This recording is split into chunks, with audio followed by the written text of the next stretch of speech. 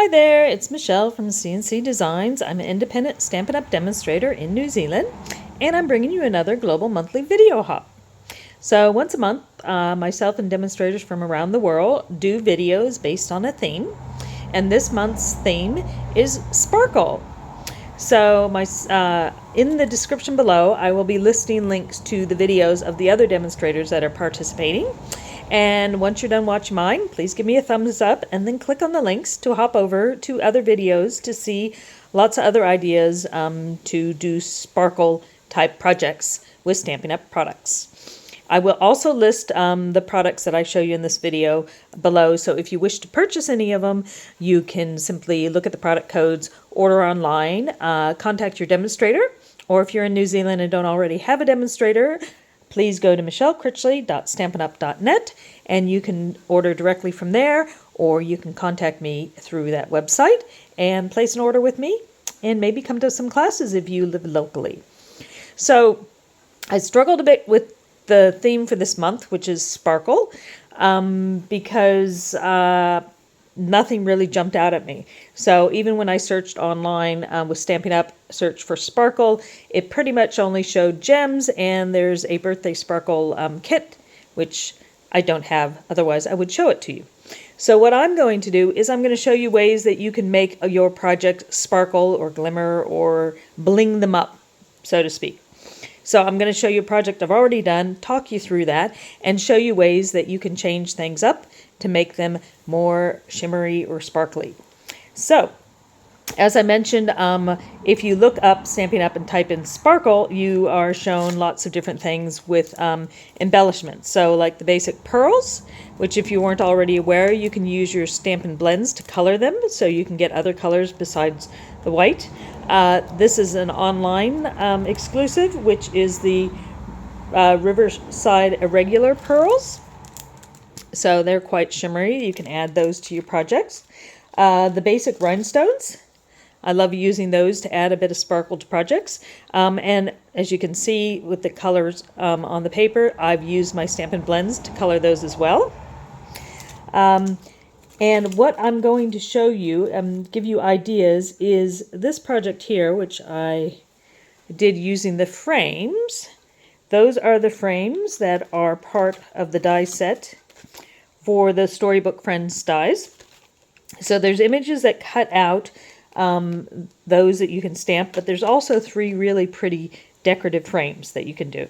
So on this project here, I used the Old Olive 3 different frames, and I used some of the ribbon to connect them all together and put the rabbits, which are from the designer series paper, on each section of the frames, and then I've just backed them that way. So the nice thing with the frames is the nice big oval one has a little slot so you can put your ribbon through there. The rectangular one has slits on all 4 sides, so you can easily put ribbon through any of those sides, which is what I did there, and then I just glued it on the back. And then this is the archway one. I've just put the ribbon around the base of it just to hold it. So hopefully if you can kind of see this, I'll have to go at an angle.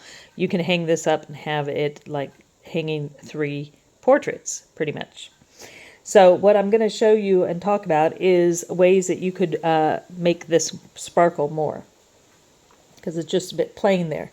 So as I mentioned, you can add some embellishments. So this is one of the cards using that oval frame, and I've just added the pearls to the top and the bottom to give it some glam it up a bit. Also on this one, I've got a bit of the window sheet to make it into a shaker card. And so as the bits inside. So the little pieces that are left over from cutting the frames, you can use those inside to create a shaker card. And that kind of makes it sparkle a bit with the window sheet. So that's another way you can sparkle things up. The easiest way to change this up and make it more sparkly is to simply die cut the frames in our gold or our silver foil. So there's our gold and silver foil, and you can just see the difference that you get by having it with the gold foil. And that just gives you lots of shine, and even with if we were to put the silver foil in place. So these are quite easy to cut, even though it's intricate. It's quite easy to cut with the foil because the foil is not very thick. It's not as thick as normal cardstock. What you might like to try is doing it with some glimmery paper. So you can have some glimmer or sparkly paper. And this one I think is called the shimmer paper. So I've already gone and die cut it. And as you can see, it hasn't popped out completely. Now, if I run it through again, I might get it all the way through, or I can just simply try to pull it apart there. But so that would add a bit of shine to the design. This one here, I will run it through again so I can pop it out. Let me get the die. So if it's thin enough, if your paper or cardstock is thin enough, you should just be able to run it through 2 or 3 times. And like in this case, it hasn't quite cut through, so I'm just going to line up the right way around the die, and it sort of slips back into place. And then I'm going to run it through again, and that will pop it all out. Now, something like this, which is it's thicker, much thicker, and it's glitter paper. I think it's called glimmer, actually. What you can do with that is if you gently peel apart the back, so you can just gently peel it off, and you can peel off some of that thicker card. Oops. So if you bend it at the edges, give it a bit of a bend, and because it's glimmer, you're not really going to see any of the marks on the other side of it. And then just gently peel it apart. It's easier done off camera. And you're just going to peel one of the back layers apart from it. And that will just make it thinner and more pliable for running through your die cutting machine. So I'm going to die cut the square one on here, or rectangle, I keep calling it square. And because it is thicker than the normal, I do recommend that you go through 2, 3, or maybe 4 times, as well as with the glitter paper, it sometimes dulls the dies, so that's why you need to go through multiple times. So I'm going to peel off some more of the paper to make it thinner and run it through a few times so you can see how much sparkle you get out of that compared to just the plain cardstock. So here is the shimmer paper, and this one, as you can see, it's a bit shinier. That's the glimmer paper, so it's more sparkly. And so you could dress up this project by using those. Now this paper is a bit thinner. The shimmer paper is thinner than the cardstock, and because I peeled the back off of this in order to die cut it easily, it might be a good idea to actually stick it over the existing frame. So maybe do your frame in white, and then you could just glue it over the top there. And so that's another quick and easy way to do to change something into a sparkly design. The other thing here, especially if I were using the darker blue, would be to just use a ribbon that has some sparkle in it. So this is our Night of Navy and gold. So it's kind of a blue ribbon with gold speckles in it. So sometimes there's some of the ribbon is sparkly. So you can add a bit of sparkle so we could connect them up with the sparkly ribbon instead of the pink. Other ways, if you don't have the sparkly shimmery type paper, what you can do is there's a couple different tricks you can do. Get your Wink of Stella. So die cut your frames as per normal, and then you can take your Wink of Stella, and it has a kind of a shimmery, sparkly tip there, and you just gently brush it over the cardstock. Now you can do this one I'm doing on a big piece of cardstock, but you can do it just to add little highlights or little sparkly parts to any of your projects. But as you add it there, it gives it kind of a wet look, and then it dries to a shimmer. See, that's the dried part of it. So it's nice and sparkly compared to the normal part of the cardstock. So that's another way to get sparkling. I wouldn't recommend this for doing these big frames because you'd be using a lot of your Wink at Stella, but you could do it just to add a little bit of sparkle, like you can add a little bit to the background, maybe to make things look like they're shimmering with dewdrops, or maybe a little sparkle to the eyes of your little bunnies. You can add a bit of sparkle there, and then when you look in certain lights, it shimmers a bit. And another way to add a bit of shine and shimmer to the cardstock is to use your Versamark and your clear embossing powder. So the way you would do that is get your Versamark, so your Versamark stamp pad and or your Versamark refill, either one of those. You might want to get a refill if you're going to do this technique, because you will need to eventually refill the pad. You could also use a paintbrush, a fine tip paintbrush. And if you get your embossing essentials set, it comes with the tweezers, the brush, and the embossing buddy. So what you want to do for this is you want to die cut whatever image you want. So in this case, I want the frame.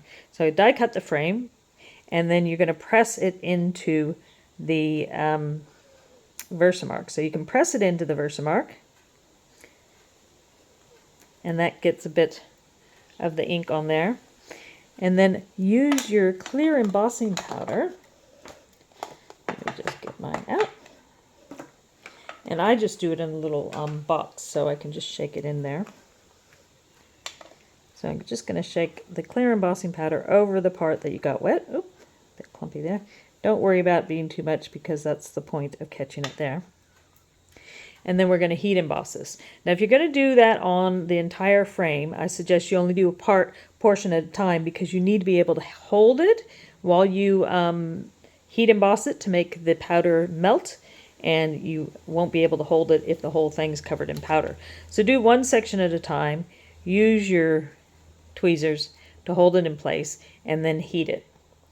And when you do that, you will then have a nice shiny sparkly frame. It also makes the frame darker, so this is the real color of that frame. And then if I put the clear powder on it and heat it, it comes out dark like this. So see, you got the shine, but it's actually darker. So keep that in mind when you're doing a project. So for this one, then we would have that. It gives it kind of a completely different look, because it's dark and shimmery. And if you have a look at that shine versus that one, so you can see you get different effects. Now, another way that you can do this is, I'll bring this back in. So you can do it that way, where you press it in, and when you heat that, it gives you kind of a gradient kind of look there. But if I want, I could actually put some of my Versamark re-inker in the lid. Now it's quite a thick, clear ink. So instead of re-inking the pad, I'm putting it into the lid. And I'm going to pick it up with my paintbrush, and I'm going to paint it where I want it to go. So I can do it much thicker this way, and I can also be more precise. Like I could just paint just a tip, just around the tip of here. So if I wanted to, I could just put the powder, say, just around the tip and not the edges. And once I've got the Versamark on there, I can then put the powder on it. So I'm just going to scoop up some of the powder. Oh. And then put it on there.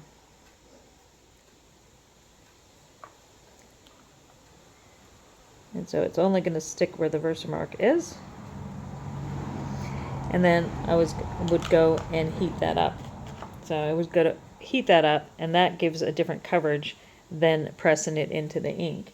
And to show you the difference, this is the one I did earlier. So that part has a few white speckles in it. Is from, as you can see, it's kind of textured. That's pressing it in the ink pad. And this part at the top is from brushing it on. And see how that's a bit more solid on the glimmer? So you get different effects. So, and don't worry about having it in the lid, because then you just put the lid back onto the same ink and it won't matter because it's the same type of ink. So that is probably one of my shorter videos. It's just showing you different ways that you can add sparkle to your projects. So you can use the different type of papers, or you could use your Versamark to give you different looks, but keep in mind it will change the color of, it will darken the color of your cardstock. Or you could simply use the different types of bling. So in this case I've got the pearls, or you could use some other gems like rhinestones, etc. to add a bit of color, as well as you could use your ribbon to add sparkle to your projects. So that's lots of different ways that you can add sparkle to any of your projects. So I hope you enjoy that video and have a go doing that. Make sure you take a look in the description below so you can hop over to the next video that will show you ways of sparkling up your projects with Stampin' Up. Thanks so much for watching, and I'll see you next time. Bye!